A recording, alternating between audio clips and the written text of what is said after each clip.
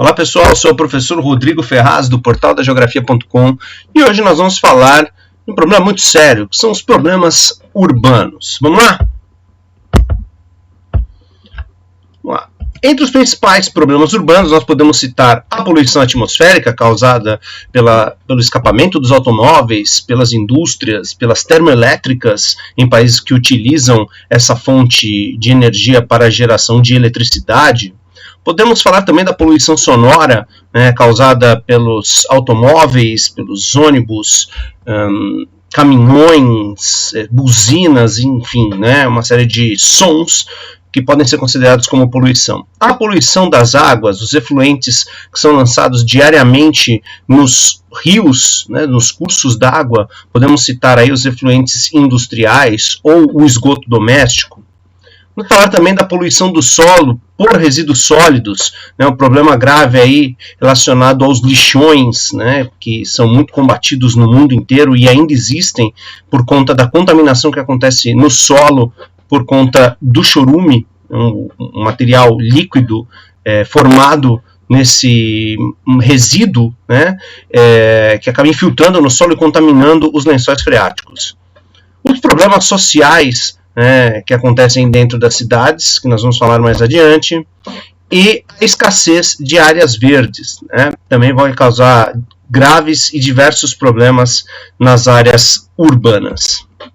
Além disso, o perigo das epidemias. Atualmente vivemos uma epidemia do Covid-19, estamos no ano de 2020 e essa epidemia correu rapidamente dentro dos centros urbanos, justamente por conta da aglomeração das pessoas, e isso acaba fazendo com que as epidemias tornem-se um dos grandes problemas urbanos da atualidade.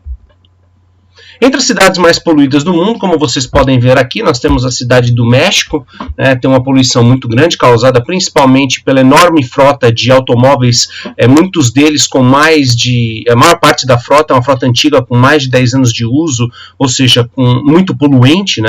A segunda, a gente pode ver a cidade de Pequim, na China, principalmente por conta do uso do carvão como combustível fóssil primário para as usinas termoelétricas, a cidade do Cairo, no Egito, a cidade de Jakarta, na Indonésia, por conta do trânsito caótico, a cidade de Los Angeles, nos Estados Unidos, a cidade de São Paulo, aqui no Brasil, e a cidade de Moscou, na Rússia. Bom, entre os problemas principais causados no ambiente urbano, a gente pode falar das consequências da ocupação desordenada, principalmente por conta das enchentes urbanas. Nós temos um espaço urbano que peca pela falta de saneamento e infraestrutura insuficientes. Essas enchentes são causadas principalmente pela impermeabilização do solo nos ambientes urbanos.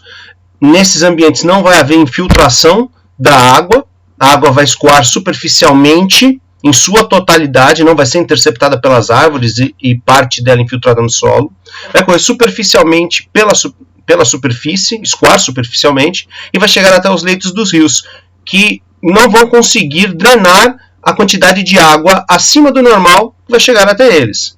Não que a água acima do normal seja um fator natural. É a mesma quantidade de chuvas que ocorreria naturalmente. No entanto, por conta da impermeabilização do solo e da falta da cobertura vegetal, o volume de água que chega à calha dos rios é maior, o que vai causar as enchentes urbanas. Vejam aí imagens causadas por pelas enchentes urbanas.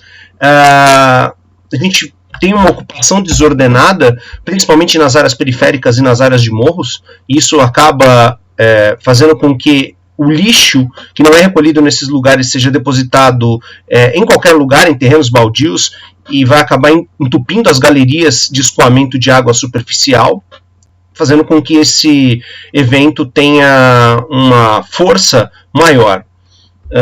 Além disso, temos também a erosão nas encostas, que é muito grande. Esse material, as encostas sem a vegetação natural, ficam mais suscetíveis à erosão. Isso faz com que haja uma maior quantidade de sedimentos que podem também entupir essas galerias de águas pluviais, causando assim maiores transtornos quando de chuvas nos períodos em que elas ocorrem de forma mais intensa, principalmente no caso aqui do Brasil no verão, né, os meses que vão desde aí de outubro, né, ainda na primavera, e vão até o mês de março. Então temos aí o aumento da área impermeável, e aí, né, temos aí a mesma chuva intensa que no passado causava uma perturbação moderada, pode hoje causar uma grande enchente. Né? Alguns outros problemas que a gente pode ver aí, né, nessa charge, né? Levanta e vai procurar emprego. Calma que ainda faltam 2 semanas. O tempo médio para se achar um emprego é de 20,4 semanas. É um tempo muito grande, né? O desemprego ele acaba trazendo problemas grandes nas áreas urbanas, principalmente relativos à questão da violência urbana. Ok? Né, em cima dessa questão da violência urbana, a gente vai ver, por exemplo, essa charge, onde nós temos milhares de pessoas que tendem a né, se fechar dentro de suas casas, através dos chamados condomínios residenciais, ou mesmo aqueles que não moram em condomínios, procuram a sua segurança dentro de casa por medo dessa violência urbana. Outro problema, né, é que nós temos aí, né, secretário quer baixar sequestro a 10 por ano. Então nós temos aí nessa aí as senhas, né, para os bandidos aí atrás do emprego, né, uma charge interessante. E resolvendo os problemas de enchente em São Paulo, veja só, né, você colocar uma moradinha, uma boia, algo impensável, impossível de se realizar. E isso é um problema sério, e as políticas urbanas elas têm que ser pensadas para essa população que vai morar nessas áreas, que são áreas de risco, são as áreas que são menos valorizadas do ponto de vista econômico, e por isso, por serem menos valorizadas, o preço da terra nesses lugares é mais barato, e é por isso que as pessoas mais pobres acabam ocupando esses lugares e suscetíveis aos problemas das enchentes. Ok? Falando em Brasil, né, o Brasil, por ser um país subdesenvolvido e industrializado, nos últimos 40 anos, a sua população ela migrou do campo para a cidade. E hoje, 80% da cidade, das pessoas, vivem nos meios urbanos, no meio urbano. Das pessoas vivem no meio urbano. Essa urbanização ela foi recheada de desequilíbrios. E uma grande parcela dessa mão de obra está ociosa nas cidades. A taxa de desemprego é extremamente elevada. Nós temos aí uma terceirização da economia, onde você vai ter muitas pessoas que vão trabalhar principalmente nos setores do comércio e nos serviços, o que acaba causando o que nós chamamos de hipertrofia do setor terciário. Temos muitas pessoas para poucos empregos. De 1950 a 1980, a população brasileira cresceu de 2 a 3 vezes, né, enquanto que a população urbana cresceu 4,4 vezes. Né?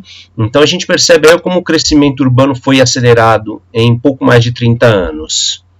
A redução dessas taxas de crescimento devem chegar em aproximadamente 30 anos, quando teremos entre 240 e 250 milhões de habitantes.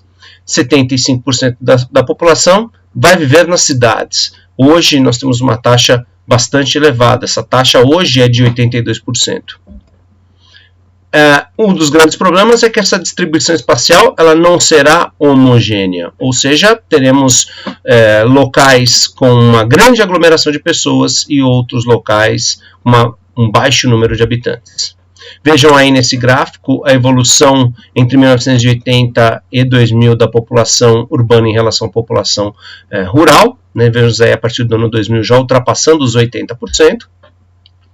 E o Brasil apresentou essa urbanização tão acelerada principalmente por conta da crise da cafeicultura no pós-1929 e depois, posteriormente, com a industrialização brasileira e a chegada das multinacionais, um êxodo rural se acelerou a partir dessa época e fez com que a população deixasse o campo e viesse para as cidades.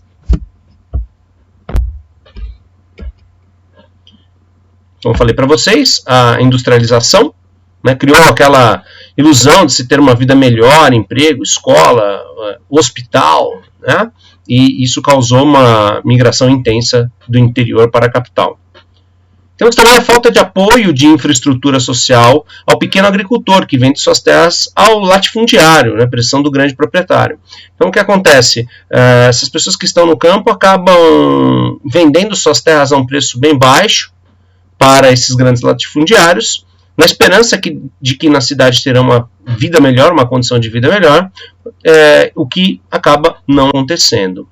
Houve também uma expansão da monocultura e da mecanização do campo. A mão de obra do homem, né, a mão de obra braçal, ela deixou de ter a importância que tinha no passado por conta da chamada Revolução Verde, que fez com que houvesse uma mecanização do campo. E uma ampliação da estrutura latifundiária no campo, com a necessidade de uma reforma agrária. Então, nós percebemos que muitas dessas pessoas que vivem na cidade poderiam sim viver no campo, produzindo de forma satisfatória para conseguir o seu sustento. Bom, quais são as consequências de tudo isso? É o chamado processo de macrocefalia urbana, ou inchaço das cidades, que passam a apresentar intensa favelização, falta de infraestrutura social e hipertrofização do setor terciário, como eu já tinha dito anteriormente. Okay? Então, um inchaço dessas cidades, chamado de macrocefalia urbana. Essa macrocefalia vai causar um fenômeno muito importante, inclusive já tema de redação do Enem, alguns anos atrás, que é a segregação espacial ou segregação socioespacial, que é muito visível aqui nos países subdesenvolvidos, né? A ocupação desordenada contrastando com o moderno e a riqueza. Então, as favelas, as comunidades, em contraste com os condomínios de classe alta. Então, isso é o que nós chamamos de segregação espacial.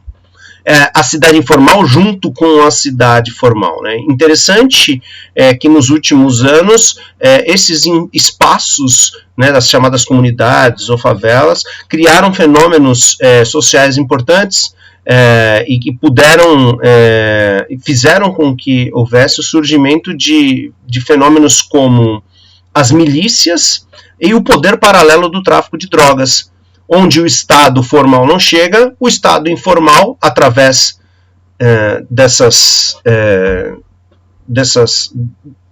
no caso aí, as milícias, né, e os traficantes de drogas acabam dominando o espaço geográfico, o espaço urbano.